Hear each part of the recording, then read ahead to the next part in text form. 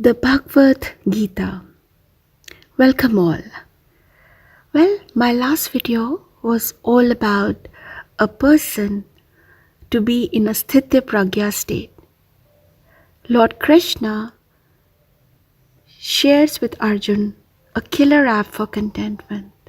He said a sthiti pragya is a man who's free of desire. He doesn't need anything from the world to be happy. He is happy in himself. He calls on him to become that kind of a man. Now, Arjun is very confused, in fact, more confused now. He says, "Hold on a minute, Janardhan. For a while there, I thought I understood what you were saying, but you've lost me again. On the one hand, you are saying I should withdraw my senses and become a sthiti pragya who wants nothing from the world, and on the other, you are urging me to get so trapped by worldly ambition that I should not hesitate to fight a bloody war and kill my closest family for the sake of a kingdom. In one breath, you say that I should walk the path of knowledge and look inwards to find my peace. In the next, you ask me to take the path of action, to go out and commit acts of violence. Can you stop saying contradictory things and tell me once and for all which is the better path?"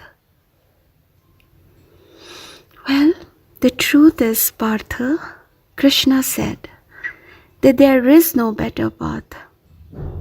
Both paths, the path of knowledge and the path of action, work just as well.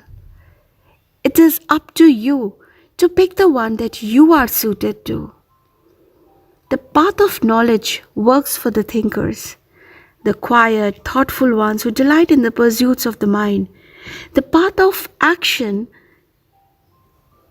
again here Krishna looked pointedly at his friend Arjun, works for the doers, the active, energetic extroverts who find their greatest pleasure in throwing themselves into something physical. That makes me sound a bit of a brute, said Arjun. I'm sure I can be quiet and thoughtful too. I'm sure I can give up this terrible action you seem to think I'm so suited to and retreat to the forest to meditate and walk the path of knowledge. Ah, Partha, if only it were that easy to give up action, said Krishna. Think about it. Can anyone attached to a living body honestly claim to have abandoned action altogether? Why? There is action involved simply in staying alive. Breathing, eating, sleeping, all involves action. Also, my friend, leaving the battlefield and heading for the forest does not automatically guarantee that you will actually leave the war behind. Don't you see? You will carry the war in your head and brood over whether you did the right thing by walking away.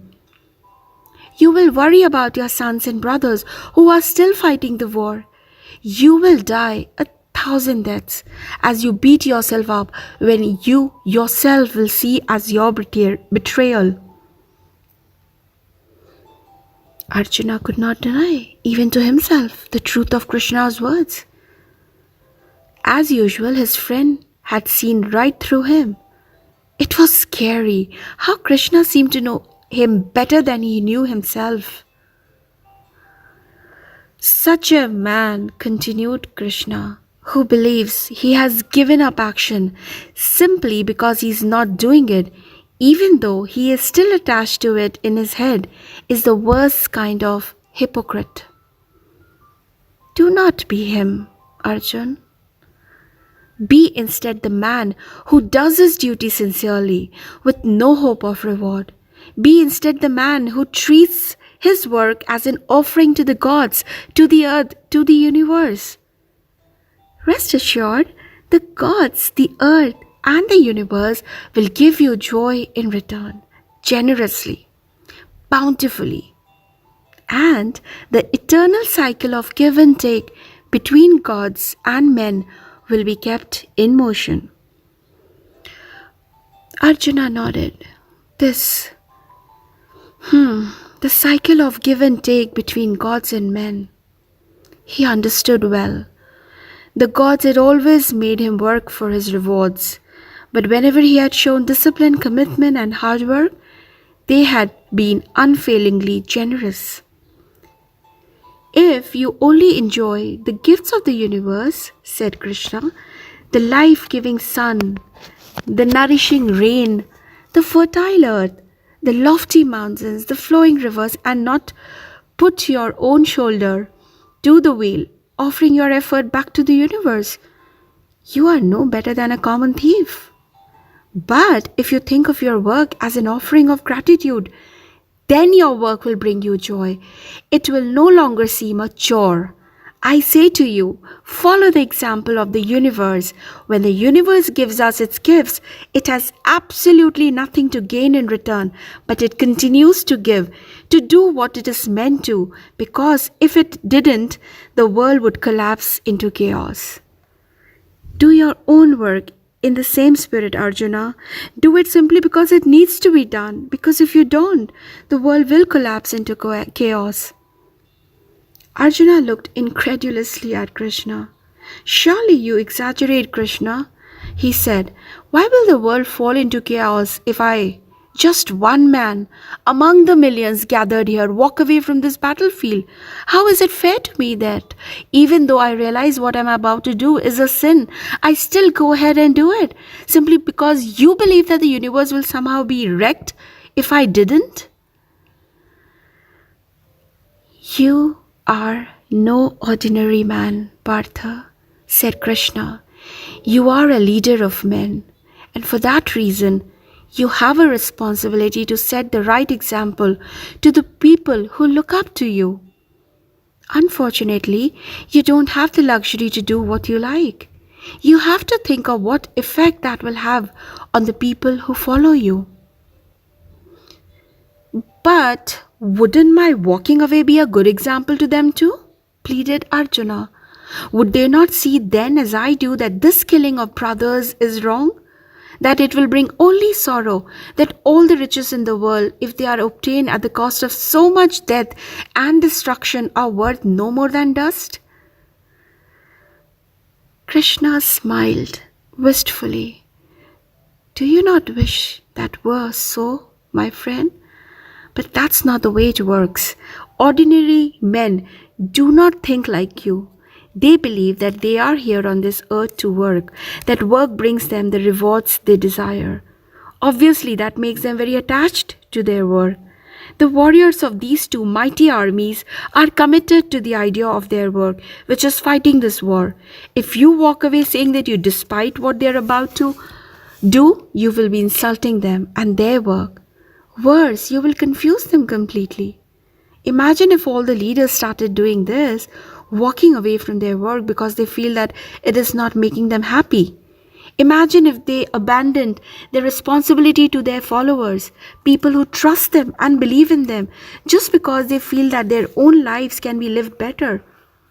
Would the world then not fall into chaos? You see, life is a roller coaster. This is the lesson which we learn from Gita. You can't control it, but you can enjoy it. Human life, is one giant roller coaster ride. Every up is followed by a down, every down by the inevitable up. And just like on a real roller coaster, we have absolutely no control over the interval between the highs and lows, or the speed at which our roller coaster takes them, or even just how steep each climb and fall is. The difference between a real roller coaster and life, though, is this. On a real roller coaster, you can just sit back and enjoy the ride. In the human life roller coaster, each one of the passengers has a job to do. Some have what everyone believes are very important jobs. Some have what everyone believes are really pointless and silly jobs that anyone can do. But no one Not even the guy who everyone believes has the most important job of all can actually control the coaster in any way. Our mistake is that we don't realize this. We don't understand that while we are on the coaster, we are seeing only a very tiny part of it and have no idea what is happening anywhere else on it.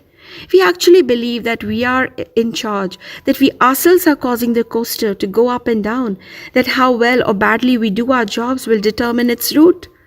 We work madly to achieve the ups, coming first in class, winning the tennis tournament, becoming class president, and are ecstatic when they happen. But even though we continue working equally hard, sometimes the downs arrive. Despite our best efforts, a third position in the next test, a fracture the day before the upcoming tournament, the sudden realization that someone else is actually more popular. Why do these downs happen despite everything that we do right? Because the route of the coaster, you see, is determined not by what we do, but by a whole bunch of other things. So, what does that mean? If everything that is going to happen to us is going to happen anyway, since the coaster's route has already been built into it, why bother with doing anything at all? Might as well sit back and not do a thing, right? No. See, what you do on the ginormous coaster, being a sincere student, a good friend, a dutiful son or daughter, a caring elder brother or sister may seem like a very small, unimportant thing in the grand scheme of things, but it actually helps to make that ride better or less scary for your co-passengers and more fun for yourself. Also, it is only because of your co-passengers, your parents, your teachers, your friends, is doing his or her job that the ride is as smooth and safe as it is for you. If you don't do your job because you think it's too boring or annoying or not fun enough, you are being lazy, irresponsible, and selfish. If you neglect your job to do someone else's, like sneaking out of the house to play a cricket match because a member of the regular team did not turn up, when you really should be watching your younger brother who's terrified of being alone at home, you would actually be putting your co-passengers at risk. So sadly, there's no getting around it. You gotta do what you gotta do. But, says the Gita, you must do your work without expecting any kind of reward for it.